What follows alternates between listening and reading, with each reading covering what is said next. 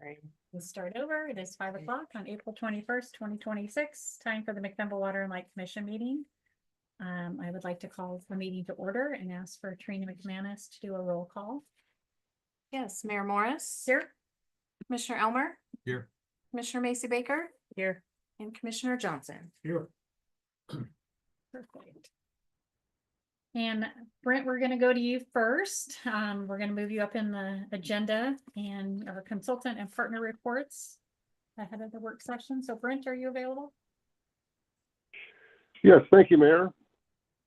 Well, Olson Brothers Logging started cutting last week on the 350 Boundary Road sale. They're currently cutting in the Boundary Road unit. There's 2 units with that sale. And so they're off to a good start. That was, of course, the 2025 stumpage sale purchased by Stimson. So I think they'll be there for the duration and should wrap that up by midsummer at the latest. 2026 sales, the 100-114 road sale is cruising along. We've completely, well, a little bit of piling left and a few trees to cut down, but the unit right around the treatment plant is complete.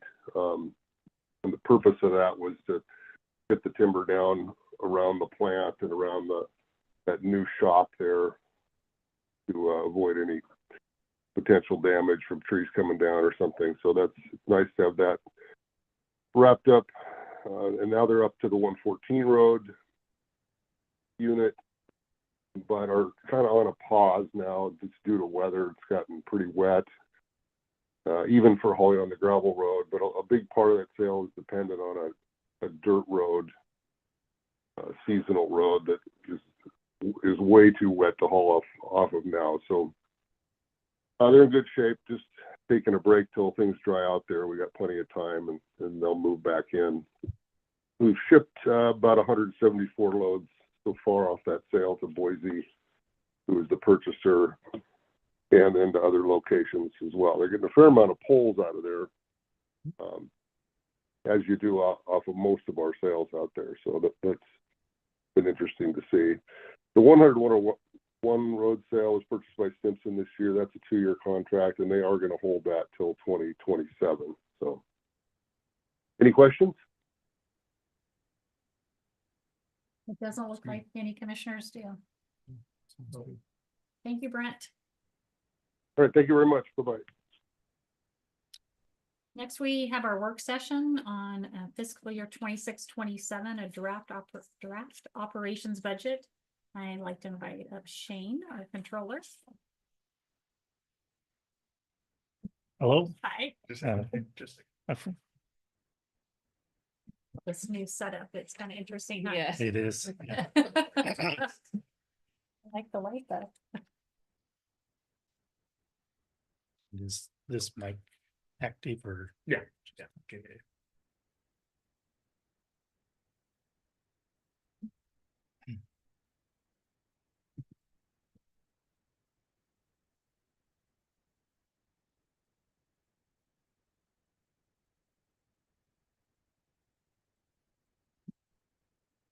Hit the one on the minimize on the other side. That Yeah. that one there. There you go. Then you can scroll it down. Look at you. Good. And then I got the remote here. I didn't, so I see that he has it. Yeah. Did you put it on there? He came in. Oh. Okay. You got to go to the Wi-Fi and. All right, so we're just gonna look up there. Okay, yeah.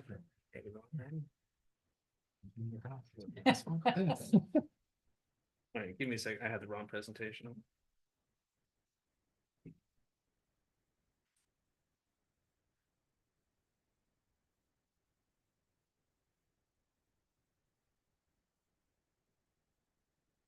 Have all of you been in this new building already once before, or today's your first time? I have.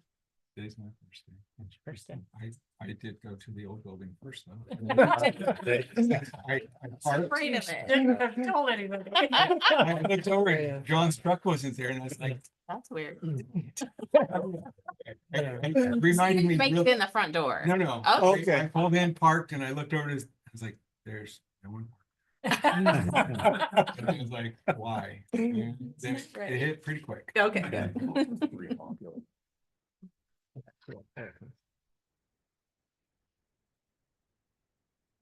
I do like these chairs though, honestly. The other ones I They're too swim big. in. Yeah, the county left them for us. That's great. Yeah. We use them. I would cross my leg here. We might want to get someone. I think we're looking at these for like the space, the style. With wheels, Yeah, with wheels. wheels Yeah. make a difference. For me.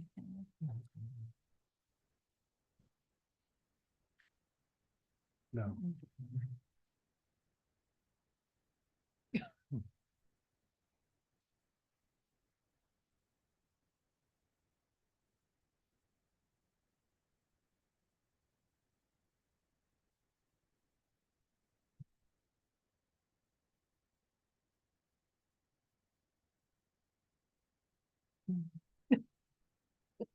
do you see? You see your tab? I'll just have John. Put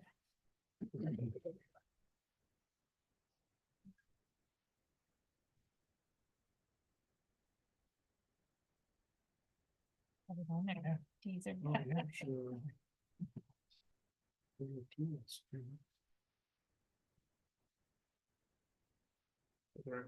looks better. It feels better, doesn't it?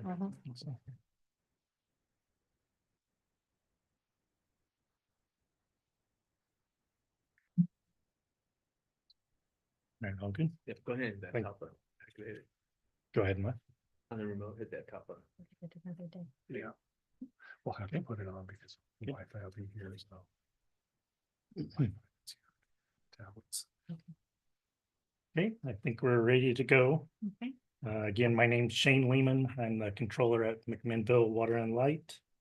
I'm gonna be continuing our discussion about the fiscal year 26-27 budget. And so today that's specifically gonna be on our operations budget. And to just go over the timeline again, in February, we went over the capital budget with you guys. And then in March, we went over the personnel budget. Today, we're going over that operations and maintenance budget.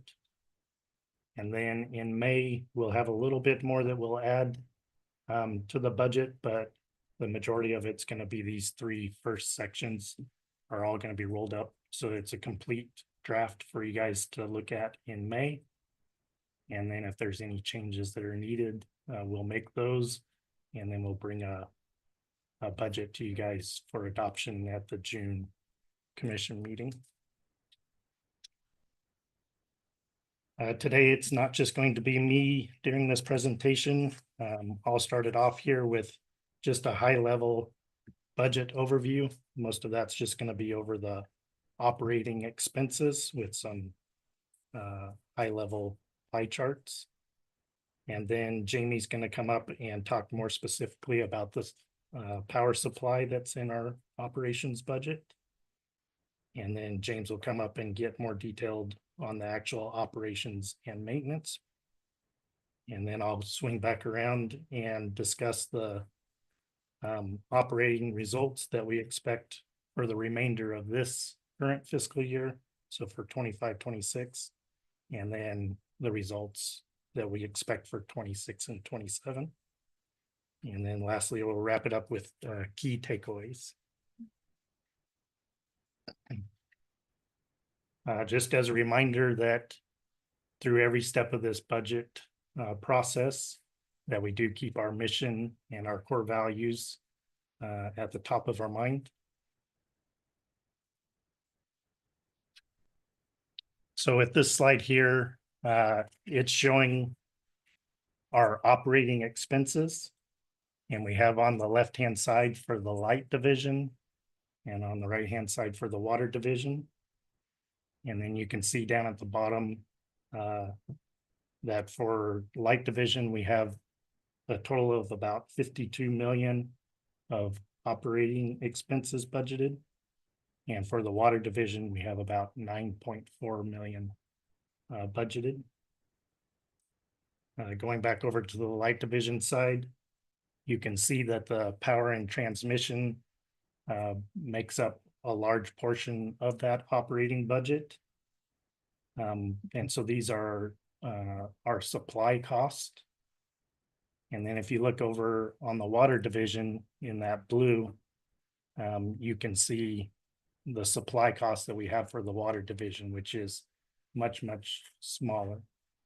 It is much, much smaller because that supply is a natural supply for us, rain, snow. And so our costs are very minimal when comparing that to the purchase power that we're buying and receiving. The next largest ones there you can see are pay and benefits. And we went over those at our last commission meeting when we went over personnel cost. The next one is depreciation, and I'll be going over that a little bit in a couple of more slides ahead. The ones that are the light orange there for the light division, those are payment in lieu of taxes that we pay to the city. Those are based off of a certain percentage of our revenues that we collect. We pay a pilot to the city for those. Sort of similar over on the water division. It's a non-cash expense, but it's a city water elimination. And so the water that's used by the city, we write off on that charge there. And then lastly, we have the operations and maintenance that's in green for both of those. And James will be going over that. So when looking at these as a comparison between the light and the water, if you look at the pay and benefits and you see, oh, the light division's only got 14% compared to water division, it makes up that 49%. And those numbers are pretty skewed because of that power and the transmission being such a large portion of those operating expenses. And so that is about 34, 35 million, that power and transmission. Whereas the water division, it's just about $285,000 of those supply cost on that. So on this next slide, we went and we removed the supply cost. And so now you can see at the bottom that dropped these operating expenses down to 17 million. And then the water division didn't drop much, still up there in around that 9 million. And so now comparing those pay and benefits, depreciation and operations and maintenance, you can see that the work that we're doing really is pretty balanced between both divisions there. This next slide is that depreciation that I said I was going to be talking about. Again, on the left-hand side is the light division, right-hand side is water division. And to start out, I wanted to just highlight one of these and walk through it. So let me see if I can. So I just chose substations as an example to just kind of get familiar with this spreadsheet. So first here we have a column that's the cost. And so that's the original cost that's being paid for these assets for substations. So in total for substations about 14 million. This depreciation expense on that calculation for depreciation expense is that total cost divided by, we have the estimated life at 33 years. And so that's how we're calculating that depreciation expense. And so it's about that 445,000 each year. And then this book value, that's just the amount that hasn't been depreciated as of yet. So there's still 7.4 million of this 14.8 million that can be depreciated by this 445,000 each year. So anyway, so that's just kind of a walkthrough that relates to all of these assets that are listed here. So then I want to draw your attention down here to, we'll start with this fiscal year 24-25 actuals. So there you can see that during that fiscal year, it was about 94 million. With a book value remaining of 53 million. And then that depreciation expense was almost 3 million there. And so then you can see that climb for our current fiscal year. We're estimating that when we end, we'll have a jump there to 97 million with a remaining of 54 million, and then again increased depreciation on that. And so then that continues again on to the fiscal year 26-27, climbing some, the remaining climbing, and then the result is an additional amount for the current year. And so that's about 4.7% increase for 26-27. Looking over at water, it's a very similar pattern. You can see that these amounts here are also growing year by year. One thing I wanted to point out was back in the February meeting, we went over our capital budget. And so in that, we went and said for the light division that we were going to have a capital budget of about 21.4 million. And of that, 15.4 is related to the new facility, the expansion of the warehouse. But if you look here, you can see that our original cost is only estimated to be about 4 million increase there. And that's because that new facility and expansion won't be placed into service next fiscal year, but it'll be 27-28 is when that will go into service. And so that cost isn't being included in the calculation for depreciation. And that's the same with the water, which had 10.2 million for the new facility. All right, is there any questions on that section? No, Okay, you did a I'll good go job. ahead and Jamie will come up and talk Okay. with power supply with you. Sounds good. Jamie.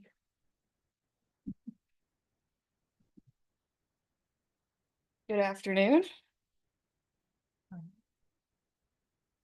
As Shane said, I'll be sharing more detail on the power supply budget. My name is Jamie Phillips. I'm the Power Resource Manager for McMinnville Water and Light.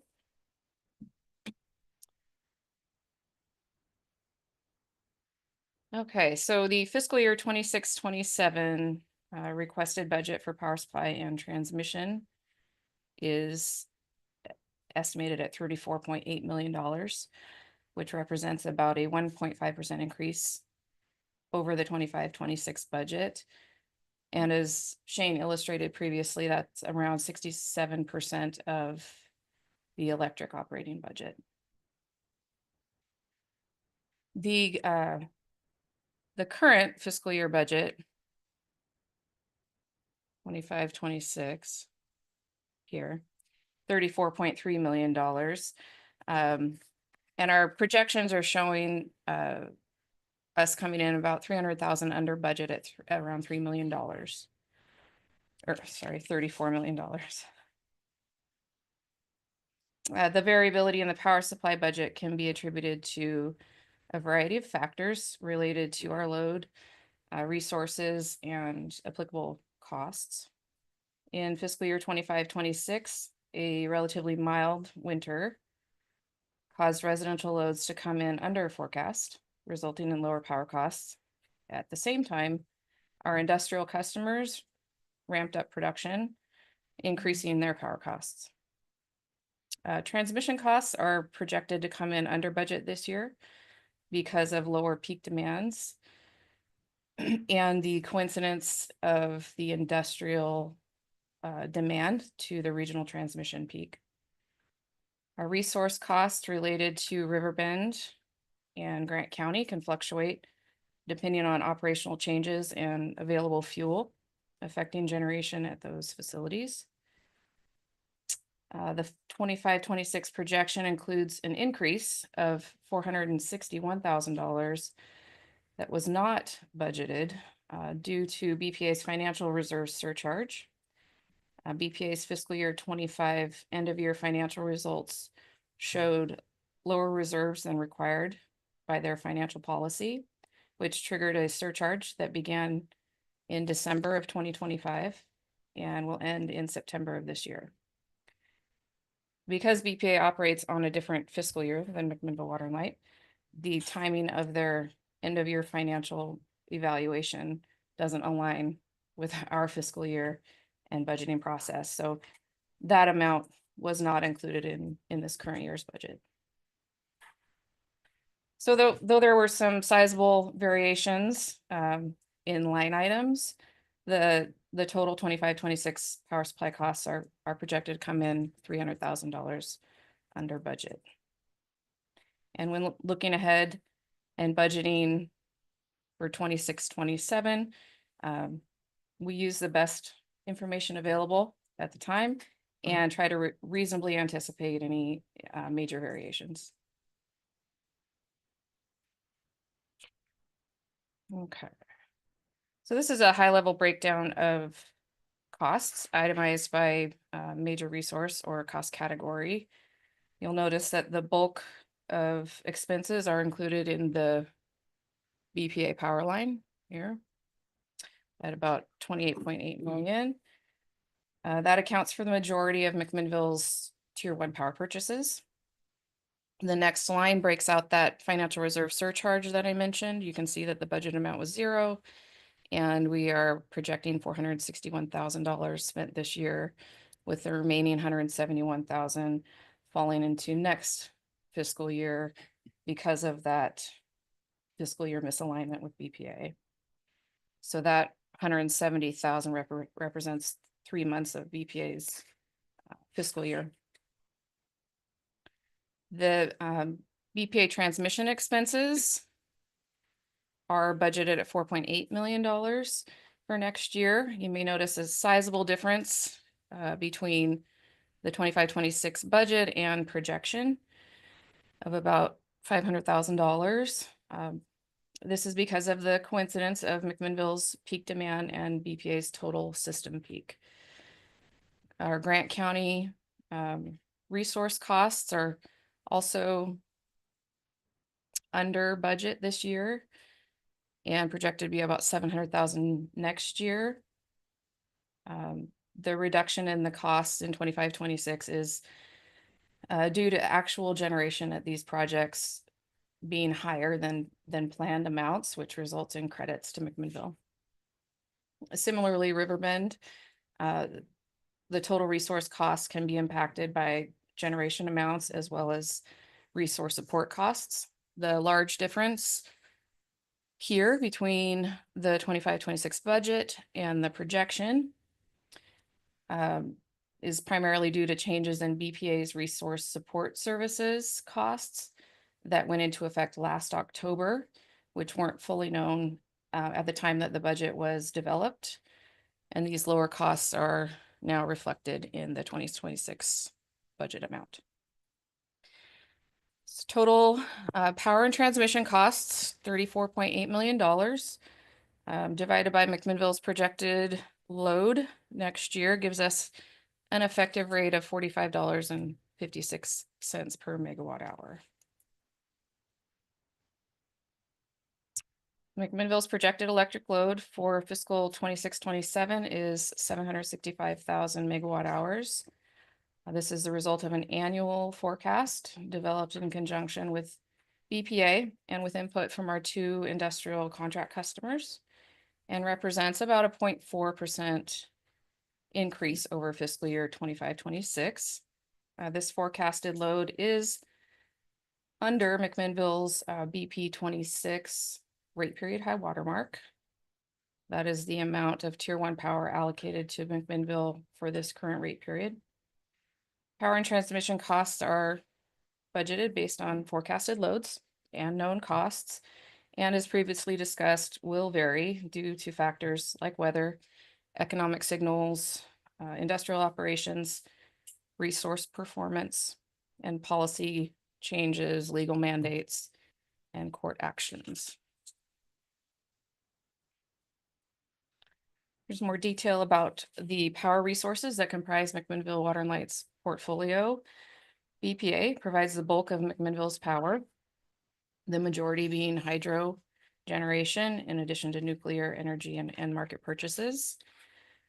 In fiscal year 26-27, McMinnville's forecasted to take nearly 740,000 megawatt hours from BPA to serve its load. This amount is less than our rate period high water mark and is all provided at the tier 1 price. McMinnville also takes a small interest in 2 hydro projects in Grant County, Washington, the Priest Rapids and Wanapum dams, which provide about 3% of McMinnville's power needs every year. And finally, McMinnville purchases the generation output from the Riverbend landfill gas plant. This is recognized by BPA as a non-federal tier 2 resource available to serve McMinnville's above high watermark load. McMinnville currently does not have above high watermark load, so that energy is remarketed by BPA on behalf of McMinnville.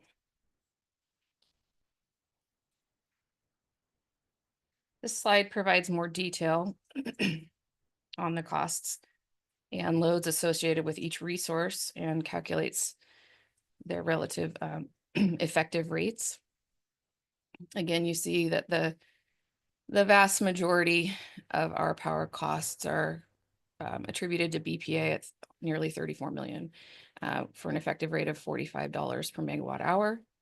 And then down here, you see that total budget and our $45.56 effective rate overall. Okay, and an item that is not included in the requested 26-27 budget, but that deserves some conversation tonight, is the Columbia River System Operations litigation. This is the long-running litigation surrounding dam operations on the federal Columbia River power system, which carries significant financial implications for the region. In February, the U.S. District Court for Oregon issued a preliminary injunction ordering operational changes to the federal hydro system, particularly increased spill at 8 of the main stem federal dams. The order presents significant risks to power generation, impacting affordability, grid reliability, operational flexibility, and increased greenhouse gas emissions. The litigation is ongoing with multiple appeals currently filed. BPA is conducting an expedited rate proceeding to address the expected financial impacts, which it currently estimates to be $100 million per year. This additional cost is primarily attributed to the decrease in generation at the dams, which must be replaced by market purchases. The rate proceeding will evaluate potential rate adjustment mechanisms and determine how costs will be recovered, considering timing, BPA's current financial policies, cost true-ups, and much more. BPA expects to conclude the process and issue a final record of decision in late July of this year, at which point McMinnville will have more definitive information on how this may impact our budget.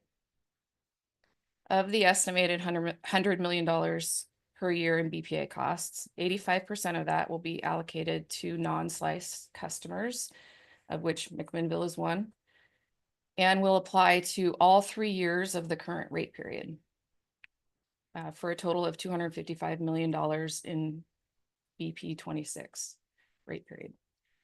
Because we'll be mostly through the first year of the rate period when BPA issues the final record of decision, we anticipate that the full 3 years of costs will be recovered over the remaining 2 years of the rate period, or $127.5 million a year.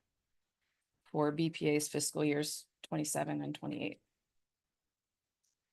Of that $127.5 million a year, preliminary estimates allocate about $1.9 million of that to McMinnville Water and Light, which again is not included in the 26-27 budget that I've shared with you so far.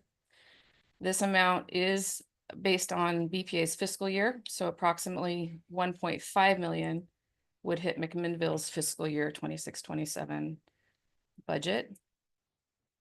And about half of that amount will be directly passed through to McMinnville's 2 industrial customers per their contracts.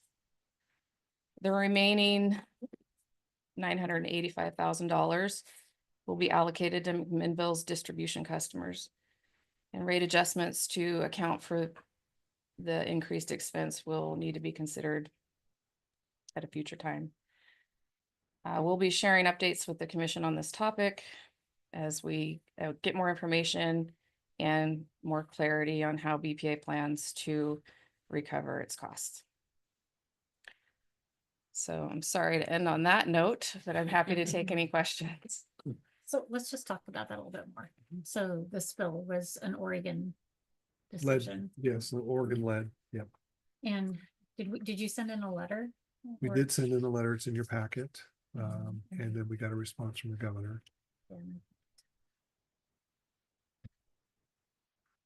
Which was no answer. Yes, yes, exactly, non-answer. And we have to wait till July, we think, to get any final answer, which it may continue. Well, I think BPA is going through, we got a couple things going on. So PPC, Public Power Council, has appealed. And I believe the state of Oregon, or not state of Oregon, state of Idaho has also appealed. Okay. And I believe the federal government's appealed. So to the Ninth Circuit, because that's where most Appeals. BPA cases go. And then I would not be surprised to see the federal government, if they lose at the Ninth Circuit, going to the Supreme Court for this issue. And so, yes.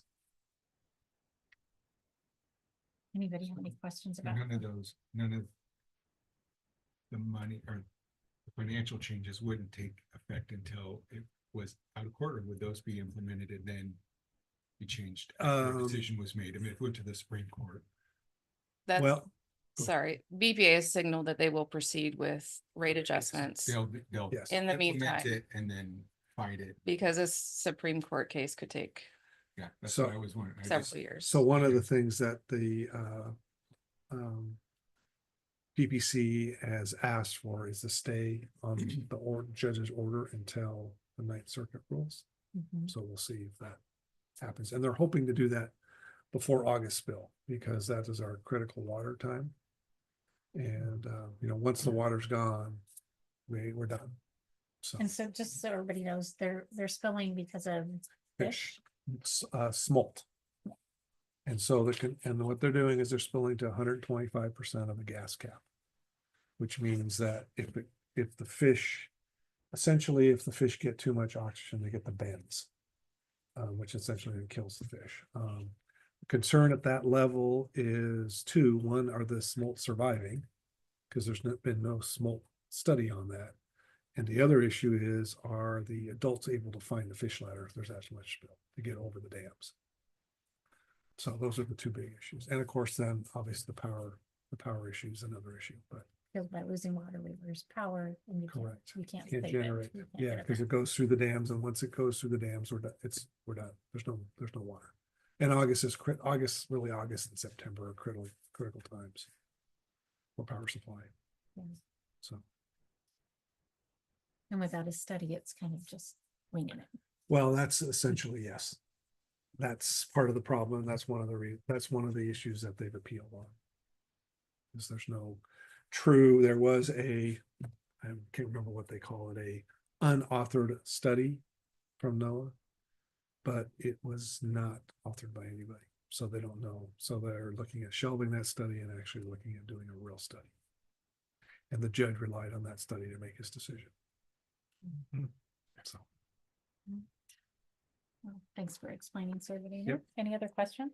When would rate adjustments take effect? Usually October 1, when we do it, but since we don't know on this issue, that's one of the things that Jamie and I have talked about is we may actually postpone the rate increase for this litigation. Just because we do have reserves, we could cover it for a while, see how this plays out. So there is that option that the commission could exercise. But So we we'll won't hear know. more on that at future. Yeah, meetings. well, we will probably, and what's the rate case wrapping up? Is it September, July, July? yes, So- and But it doesn't go into effect till October. October 1st would be the soonest that BPA would implement any rate adjustments or surcharges, however, whatever the mechanism is, October 1st will be the soonest, could be later. But we will know in July. We'll probably have a pretty good idea before that, and so we'll keep the commission updated. At the same time that all this the appeals and litigation continues. But BPA has said that they plan to move through the rate proceeding, regardless of whatever appeals are happening, so that they're positioned to make rate adjustments October 1st at the earliest. Okay. Any other questions for now? No. Thank you, Jamie. Thank you.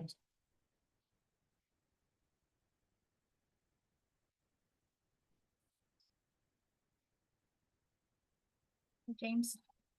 Good evening. James Burke, Engineering and Operations Director. Tonight, I'll be talking about the operations and maintenance budget for both the light division and water division. I'm going to start off with the light division, and then we'll work our way over to the water division. So if you have questions during the presentation, feel free just to ask. I got pictures, so it'll be nice. All right, so for the light division, our goal is to operate and maintain reliable electric power for residential, commercial, and industrial customers. Our budget this year, as Shane mentioned, is 51.9 million. The capital, when we talked about that previously, was 21.5. So it kind of gives you a reference point there in regards to that. Our engineering and operations staff in the light division is 22 full-time employees. That's both engineering and operations staff. And then we have support staff also that help out, and that's front office, IT, finance, and those positions. The pie chart below is when we've talked about a bit. The area I'm talking about is the area in green. So that's the operations and maintenance portion of it, and it's approximately $3.2 million there.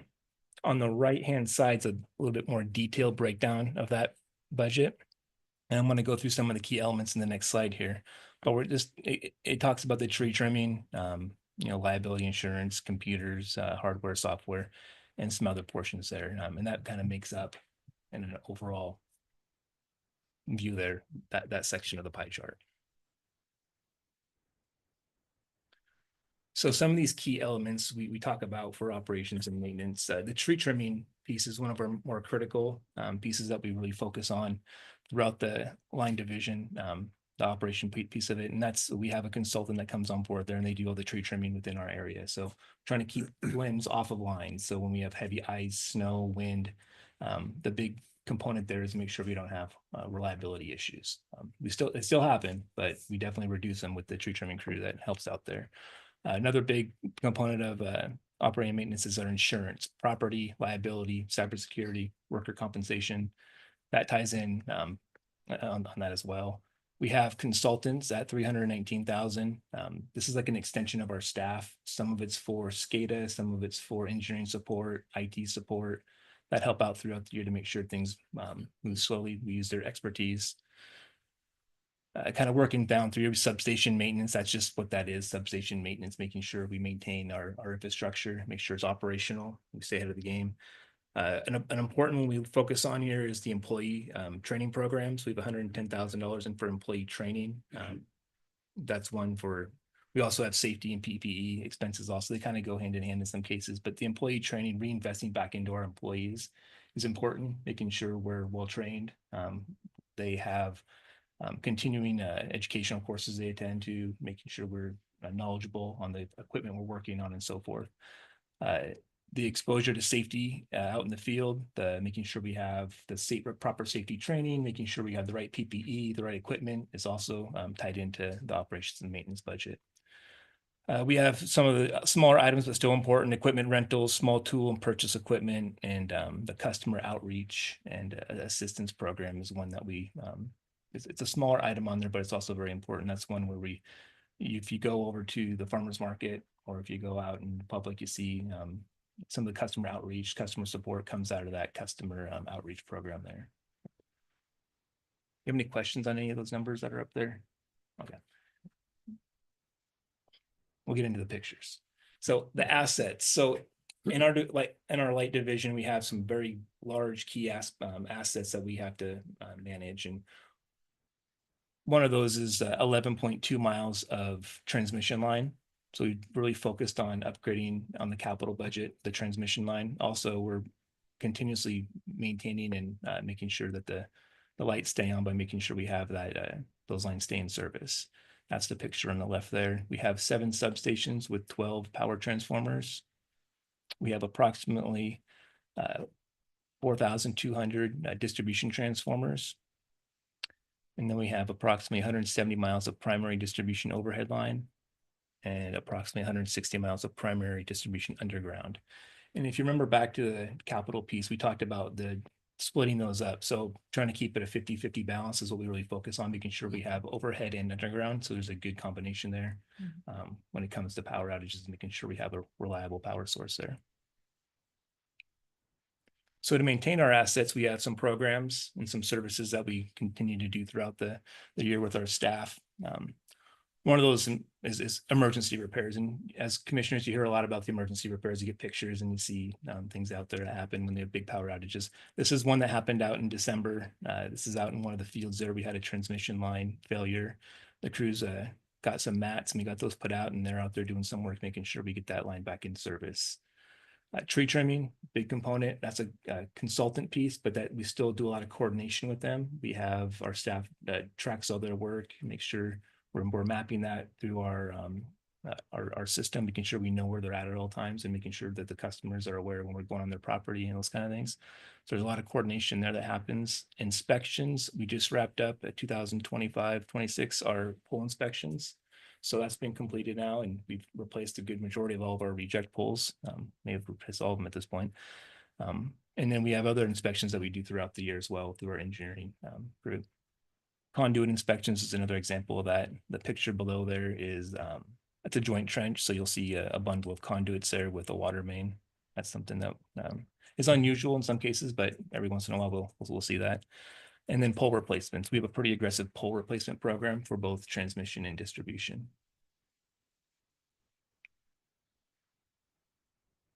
Streetlight replacement. So we do have ongoing throughout the year streetlight replacements. So customers can fill out a form and push that through engineering, and we'll be sure to get out there and get the streetlights changed out. We monitor those. Meter replacements and testing. We have a group that works on those throughout the year as well. Substation maintenance, very critical. We have a staff that both engineering and operations that works and tracks all of our assets in the substations and make sure we're ahead of those. Education and outreach. We've worked with the fire district and continue to do so on education outreach in regards to down power lines, also schools. You'll see us at Farmers Market. We have a nice little trailer we bring out for the public every once in a while to show them the dangers that are out there in the community with our power system with down power lines. And then we really focus on safety and training. So the picture on the left there is our crew performing pole top rescue. They have a dummy, it's on the ground there, but in case one of them gets injured, they go through this annually pole top rescue to make sure we are properly trained. All of our staff has gone through that. Oh. So that's the light division side. Do you have any questions in regards to light before we move on to water? Okay. All right, so the water division operate and maintain the water treatment plant, the watershed, the distribution system to make sure we have clean, safe drinking water. We are regulated by Oregon Health Authority, so all of our staff is certified, make sure we have gotten the proper training and so forth to make sure we meet our regulations. And I'll go into a little bit more detail on that later on here. But the budget for operations is $9.4 million. You can see on there also our capital was 15.2. A lot of the capital piece this year, and we talked about that, is tied to facilities. But anyway, the staffing for us is 15 full-time employees. So we have engineering and operations staff of 15. And then we have support staff also, which is very similar to the light division, which is finance, front office, and so forth. So that green square, that section of pie there I'm talking about is operations and maintenance. It's 1.6 million approximately. Shane talked a little about the water elimination charge and how that's shown on there. Water supply and water treatment plant maintenance, that's also like our supply. But he touched a little bit, that's all the treatment plant and that. I'm going to talk about the green section. So off to the right there, the operations and maintenance piece, very similar to the light division.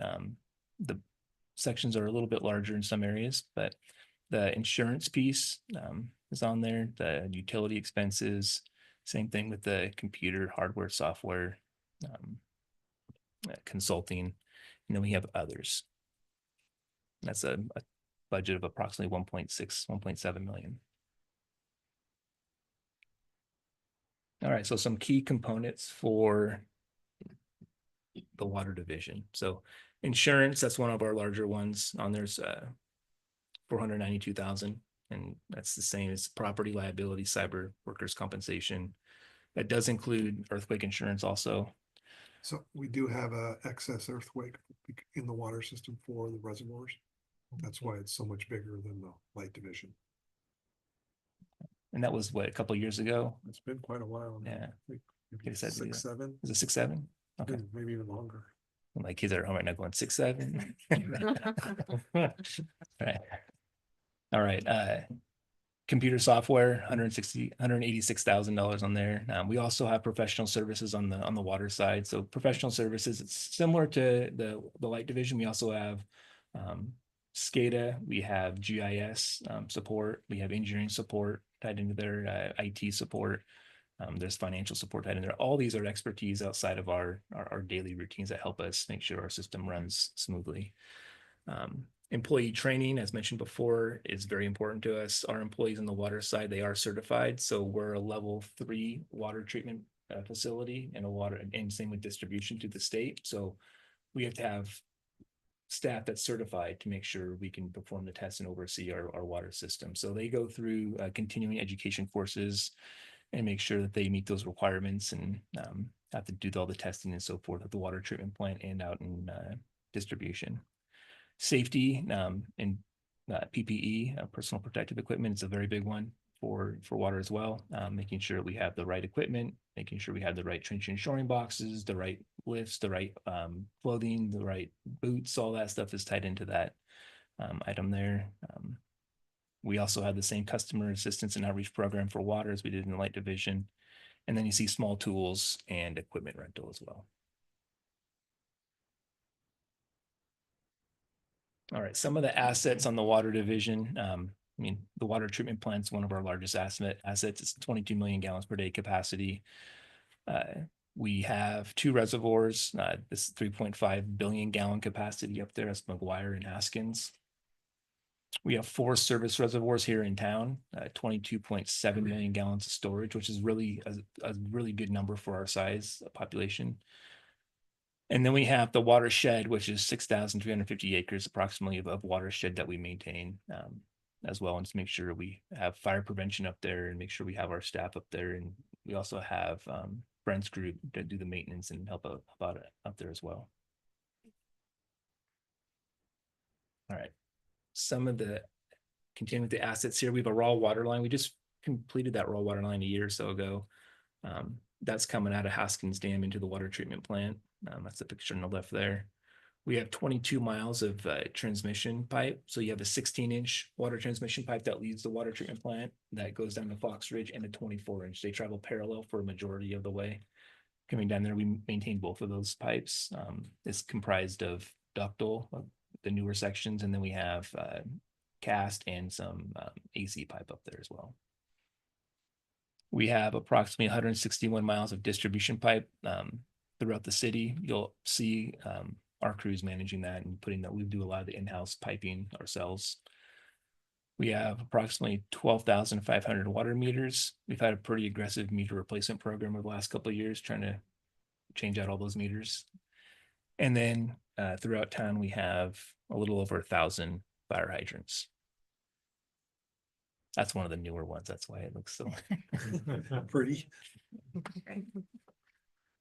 All right, so to maintain all of our assets, we have some service programs.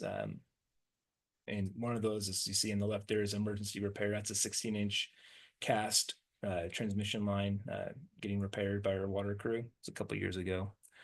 We perform sampling throughout the system. That's a requirement by Oregon Health Authority. So our crew's trained in making sure we have water samples taken. They sent to the state. At any time, you can go onto the state website and see where we're at with that if we have any issues, which we don't. But if we did, you'd see them on the state website there. We have a valving program where we go out and we exercise our valves, make sure they're operational. If we need to isolate a valve, a section of pipe out there, we can make sure the valves actually shut off. So we do exercise our valves and have a valving program. Flushing of hydrants. We make sure we have our hydrants operational, and we have a pretty solid flushing program. And then surveying. Our engineering staff does a lot of in-house surveying, so they'll go out there and check points, make sure the elevations of pipe, valves, and so forth match up with design drawings.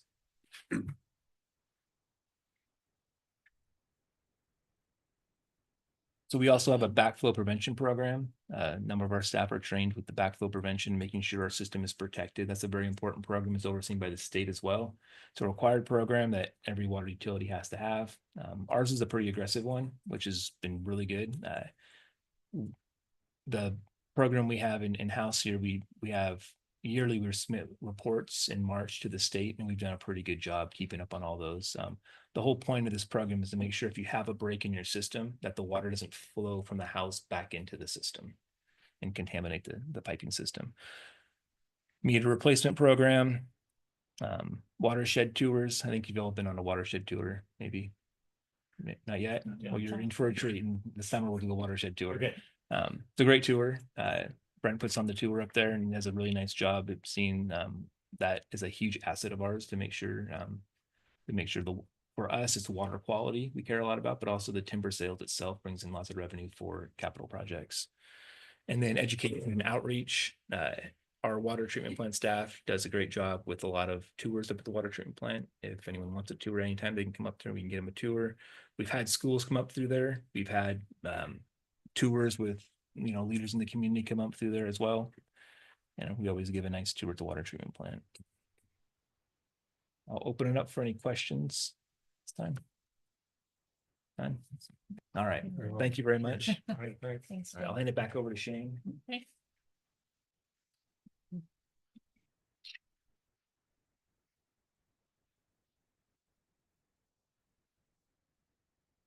Okay, I'll go ahead and finish this out here. So there's lots of numbers here on this spreadsheet, but what it is we're going over the expected operating results. And so on the slide here, that's this third row up from the bottom where it would report the operating income loss there. But before I start going over that stuff, I just want to quickly talk about the stuff that's located above that. So the line above that is those operating expenses, just like we've gone over. Again, this slide is for light division and the next slide will be for water division. But you can see those operating expenses that we've been talking about this 52 million for the light division for fiscal year 26-27. And then the rest of these lines up above that is a breakout of our revenues. We haven't talked about our revenues too much so far, but this top portion here does that breakout there. So looking back down at these operating results, we'll start with our current fiscal year 25-26 and what we're estimating we'll finish out that year with. And so currently we have that number at about 187,000 of net income for fiscal year 25-26. In this column next to it was our adopt a budget for 25-26. And you can see there that we had a budgeted loss of 1.5 million. And so if we look over here at this over or under compared to budget, looking at the total revenues, we can see that our estimated actual is above what we budgeted by about 1.2 million. And a large portion of that is related to a 4.5% rate increase that commission adopted, which went into effect in October of 25. And then some of this increase is also due to increased load. And so our revenues came in higher than what was budgeted. And then our operating expenses came in lower than what we budgeted by about 453,000. And so that's the reason for this large swing compared to what we budgeted. When we do a budget, we normally don't budget for a rate increase. And that's because the commission usually doesn't evaluate rate increases until I think around in July. And then they continue to evaluate that clear up through, I think, September, and then make a decision whether or not to have a rate increase that would then go into effect in October. So we don't ever budget those in. And so looking over at our fiscal year 26-27, we can see that we have a budgeted loss of 367,000 for that fiscal year. And so the reason for that loss here, we can see that we've increased revenues for that fiscal year, and that's pretty much an increase just due to an increase in the load. Again, no rate increase is part of that. But we also have increase in our operating expenses. And so when we compare that to our estimated final for the current year, we can see that there's a change of about 554,000 on that. The last piece that I'll talk about on this slide is below this operating income, we have non-operating income. And so for the current year, we haven't done calculations on that. We don't really see any significant components of that would have a significant change. So anyway, so that will add to the overall income for an expected net income for the light division. Some of the items that are in that non-operating income are like interest income, contributions and aid. And so those things will be listed there, and we'll discuss those at the next commission meeting. Does anybody have any questions here on light division? Nope. Okay, so I'll go over to the water division. So again, our operating income, the third row up here, that's going to be our focus. Operating expenses, like we had discussed before, about that 9.3 million. And then the breakout of their revenues are listed here. And so for our fiscal year 25-26, what we're expecting to end the year out with is about this $358,000 loss. And that loss, we can see that our revenues did come in a little bit higher than what was budgeted. And that was due to a 5% rate increase that went into effect in October. And then also, I believe on that one was a little bit of an increase due to usage as well. At the same time, our operating expenses came in at about 169,000 above what was budgeted. And so that result then comes out with our loss at the 358,000. Over on our 26-27 budget year, we're budgeting for a $720,000 loss. As you can see up above here for the revenues, that compared to our current year estimated amount, that there's not much change to that, just a little bit of an increase due to usage. Again, no rate increases included in that. And then on the operating expenses compared to our current year estimate actual increase of about 404,000, and that results in that $720,000 loss there. Again, we'll be discussing non-operating income at the next commission meeting.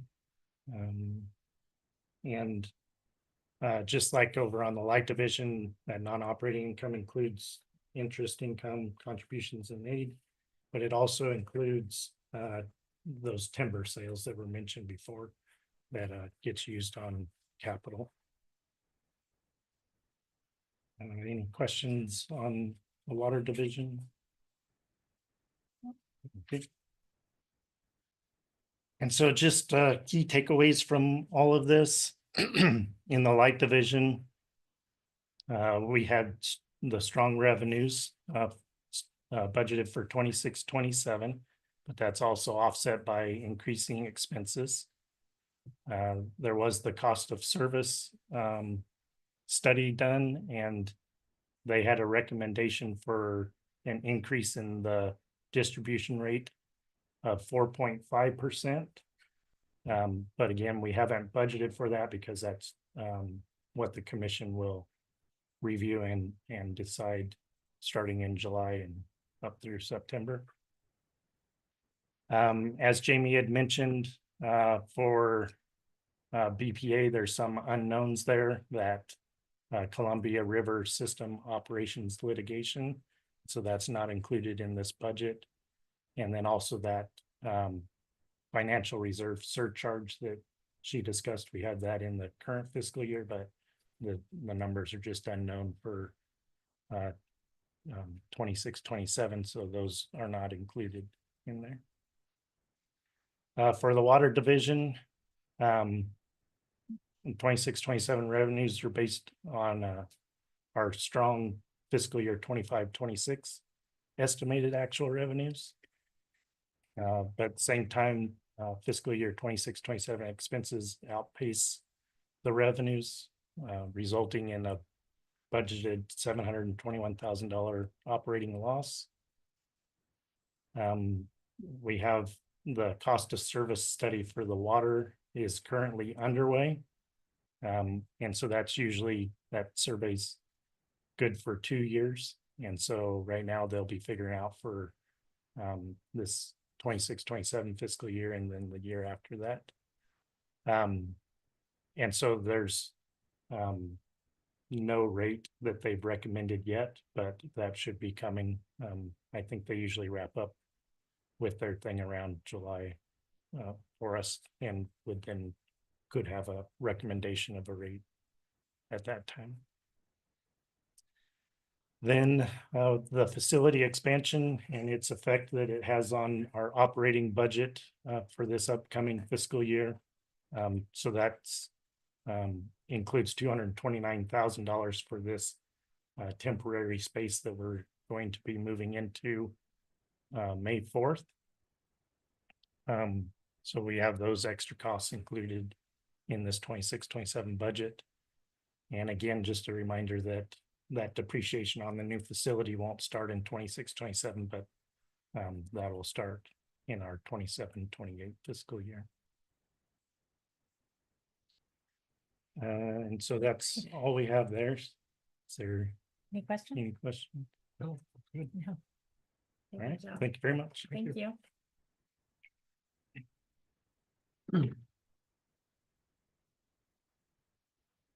All right, so the next thing we have on the agenda, we have one item listed on the consent agenda, which is minutes from March 17th. Do I have a motion to approve the minutes as submitted? Make that motion. Second. I have a motion from Commissioner Johnson and second from Commissioner Lisa Baker. Any discussion? All those in favor say aye. Aye. Any opposed? Okay. Thank you. Included in the packet are accounts payable and purchasing reports. Were there any questions on those reports? I did have one. Okay.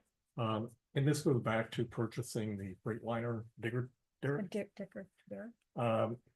The expense on here is listed 429,582, and we had approved the purchase, I believe, for 467,000 and change, so about $38,000 less. That was because the manufacturer charged us the excise tax, which since this is a source well purchase, we are exempt. Oh. So we saved about $38,000. Nice. It did. Yep. Good deal. Thank you. Thanks for seeing that, John. And thank you, John. It's a John show. Yeah. Okay, any other questions on those packets? Nope. Okay, we have no new employees to introduce. We already did. Rent. No appearance requests. So we get down to staff report. Mhm. So we have John Dietz's report. Anybody have any questions on that report? Want to talk about the report? I think it's a great idea. So go ahead and you want to Sure. explain it so everybody in the audience knows. Sure. So as part of our facility expansion project, since we are doing a project greater than $5 million, back in 2019, the legislature passed HB 2496, which is called the Green Energy Technology or GET bill. That required us as a contracting agency to provide for 1.5% expenditure on green energy technology, which would either be essentially solar panels or geothermal. We don't have any geothermal potential, so we were looking at solar panels. Originally, we were looking at our facility here on Marsh Lane. But our rate there is about 5.6 cents per kilowatt hour. So we started looking at potentially moving that, which we can move that because it is within Yamhill County. That rate for energy up at the watershed treatment plant, the top end or the higher end consumption is just under 15 cents a kilowatt hour. So by putting this facility up there, we would actually save about double the energy consumption or the cost up there versus putting it here at in McMinnville. And you can see in the memo the cost savings. That's just because West Oregon Electric is a much smaller utility that's got like roughly 4,500 meters spread over like 2,000 square miles. And so their costs are just much higher than ours. And so, staff is recommending, and we'll have to come back to the commission because you are the contracting agency. So once we get going on this, we'll have to come back for approval from the commission. But just moving forward in the planning, we think staff is recommending that we move forward with putting that facility at the treatment plant instead of at our Marsh Lane facility. So I'm just gonna kind of recap that just because I know there's some newer people in the audience. So at Marsh Lane, of course, Water and Light pays for water and light power. And so it's at a less expensive rate than up at the treatment plant, which is outside of technically Yamhill. Yes. I think, and we have to use West Oregon Electric up there. And so the rate's higher. So it makes more sense to put the solar panels up there and reduce the rate that we're paying to another municipality than to Water and Light. So hopefully that makes sense. So. I think it's a great option. Okay, to be so able we to do just that. wanted to make sure the commission was okay with that and we'll continue moving forward with that. And there's space up there and. Yes, actually, where we be able just, to Face. where we, south or yes, whatever where we it is. just logged just above the treatment plant is where we're looking. We just logged that this year, so. We'll have to keep the trees off the treatment plant. Right, And so now it's. How many, yeah. how many acres is that? Or what's the space?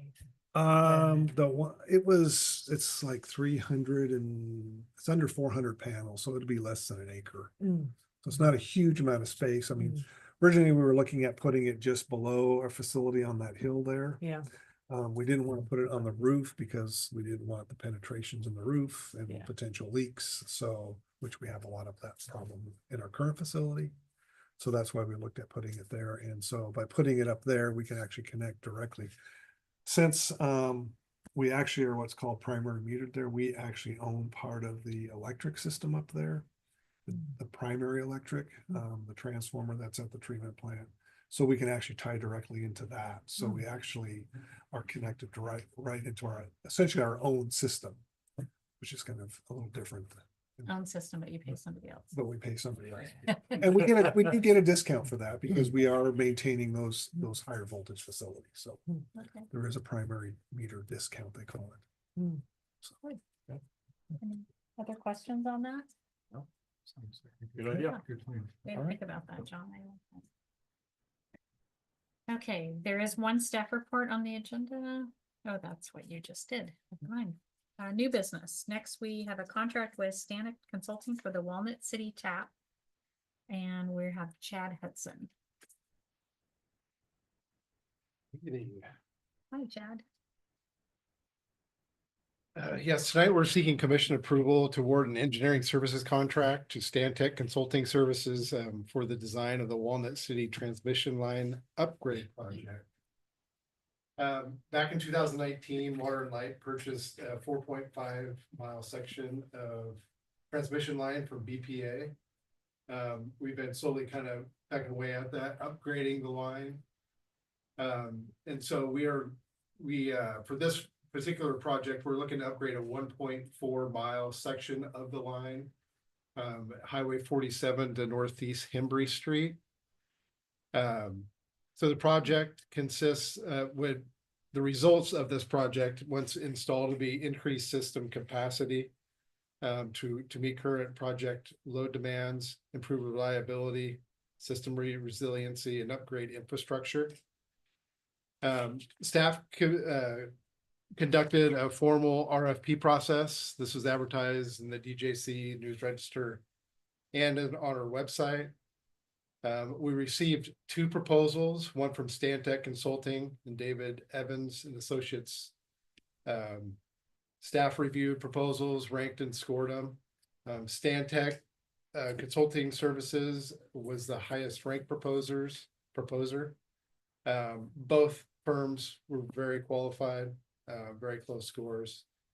But at the end of the day, staff is recommending award to Stantec Consulting Services for a total contract cost of $260,000. Staff requests commission approval to award the contract in accordance with ORS 279C.110 and OAR 125.048.0220. Requiring the formal selection of engineering services and to authorize the mayor and commission clerk to sign the contract pending issuance of a notice of intent to award the contract and no protest being filed. Any questions? Nope.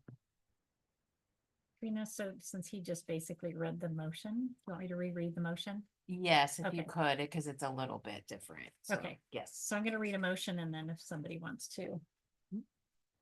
So commission approval to reward an engineering service contract with Stantec Consulting Services for the design of Walnut City Tap Transmission Line Upgrade Project for a total not to exceed the amount of $260,000, excuse me. That's a lot of money. In accordance with ORS 279C.110 for the formal selection of engineering services and to authorize the mayor and the commission clerk to sign the contract pending issuance of a notice of intent to award and no protest being filed. So I have a motion from Lisa Macy Baker, a second from Commissioner Elmer. Any further discussion? I just, for my own information, want to have a few questions. Okay. So this line is off of Baker Creek? That's correct? That's for the first. You want me to? So it's go up Highway 47. Okay. And the line actually crosses and goes from that tap point, which is where the BPA line and this line meet.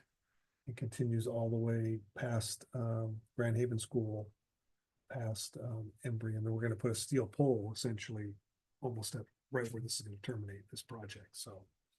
It's a cross-country line. And we don't do that type of work. Well, this is gonna be a little different because we're not only are we going to upgrade the poles, we're also gonna upgrade the conductor to a larger size. So we need to make sure that what we're upgrading to will handle the tension of the wire, since it's doubling the size, doubling the capacity of the line essentially. So we're going from essentially a 600 amp rated line to a 1200 amp rated line. And so we're gonna go from a, what is it, 266 ACSR to a 795 double AC conductor. So Who are you looking at? Brent. I'm like, wait a minute. So currently what we have in that line right now is a BPA standard, which is called a aluminum conductor steel reinforced wire. Okay, so there's a steel wire inside the center of that. And we're gonna go to a all aluminum conductor in the new wire, but we're gonna increase the capacity. So we wanna make sure that we have enough strength in the poles to handle the extra tension. And are these guys are installing all of this? No, This is just the design- engineering design. Engineering and designing. Our crews will And do then okay. Yeah. I was like, this is not much money. Yeah, exactly. To do that much, but, Yeah. okay, so we do the work, they just engineer. Correct. Hi, I'm Brent Scribner, the electrical engineering supervisor. This project, in addition to everything that John mentioned, will also give us future capacity on our distribution system. It'll be an important tie from the Baker Creek substation east into the industrial areas. So we're upgrading our transmission capacity from Bonneville. We're going to be increasing our distribution capacity. We're rebuilding a line that was originally constructed in 1964. It'll be a good project to get done. So this is 1.4 miles of the 4.4 miles. So we're doing part of the work internally with our own crews over the next year or two. But this particular section has a couple long kind of special sections. There's an 800-foot river crossing with a multi-pole structure that we just don't have the capacity to design in-house. It requires specialized software we don't have. Very good, thank you. Thank you. Any other questions? Okay, so I have a motion on the table, which was a motion from Commissioner Lisa Macy Baker and the second from Commissioner Elmer. All those in favor say aye. Aye. Any opposed? Okay, motion passes. Thank you for coming up. Appreciate it. Next, we have a Yamhill Regional Water Authority appointment. I'd like to invite General Manager John Dietz to present. Sure. So as the commission may or not be aware, back in 2011, McMinnville Water and Light, the city of Carlton, the city of Dayton, and the city of Lafayette acquired a junior water right, essentially a 2011 water right on the Willamette for approximately 44 CFS. Most of the right is McMinnville's. I think ours is about 33 CFS of that right, cubic feet per second. And then what we did in 2012 is we formed a Yamhill Regional Water Authority to essentially hold the right for the four entities. I believe it was about 2016 or 2017, Dayton actually pulled out of the group. And so it's now just held by the three entities, McMinnville, Carlton, and Lafayette. As part of that governance, there is a board seat reserved for each of the entities. Prior was Commissioner Christensen. Prior to that, it was Commissioner Gormley. We have not had a commissioner on the board of that since Commissioner Christensen resigned. The alternate to that is the general manager. So we're bringing that back to the commission to see if the commission would like to appoint a commissioner to that. The amount of time for that board is very minimal. We meet usually once or twice a year, probably for no more than 15 to 30 minutes each time. So very minimal amount of time. Any commissioner have any appointment they'd like to suggest or any desire to be part of that? Where do they generally meet? Water and Light. At Water and Light, okay. Anybody? Yeah, I could do it if nobody else wants to. Okay. And Okay. I'm in the same with it, Mike. I All right, so we have two people that are interested. I need a no. they motion can- from somebody. Yes, we have one person that's in it. One so- person. yeah. that's okay. So what the motion is to appoint John Johnson to the Yamhill Regional Water Authority, which is YRA board. Do I have a motion for that? So, One second. Okay, so I have a motion from Commissioner Lisa Macy Baker and a second from Commissioner Elmer. Any discussion? Want to back out yet? no, can I vote on that? And we can get you the governance, the IG, essentially it's an IGA. Yeah, you'll be fine. So you can go through that. Okay, that'd be great. Thank you. Any, all those in favor say aye. I, Any opposed? All right, congratulations. Oh boy, I doubled my pay. Double the pay, yep. All right, next up is general manager report. John has provided a general manager report in the packet. Did any commissioners have any questions on the report? There's a lot to it.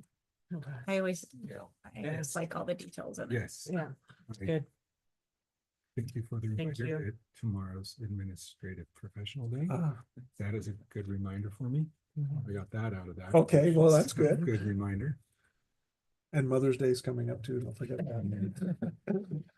Did you, I don't think you put in here because you were gone Right. to Washington DC. Do you want to share anything about your recent trip to Washington DC? Sure. So I went to Washington DC with Public Power Council.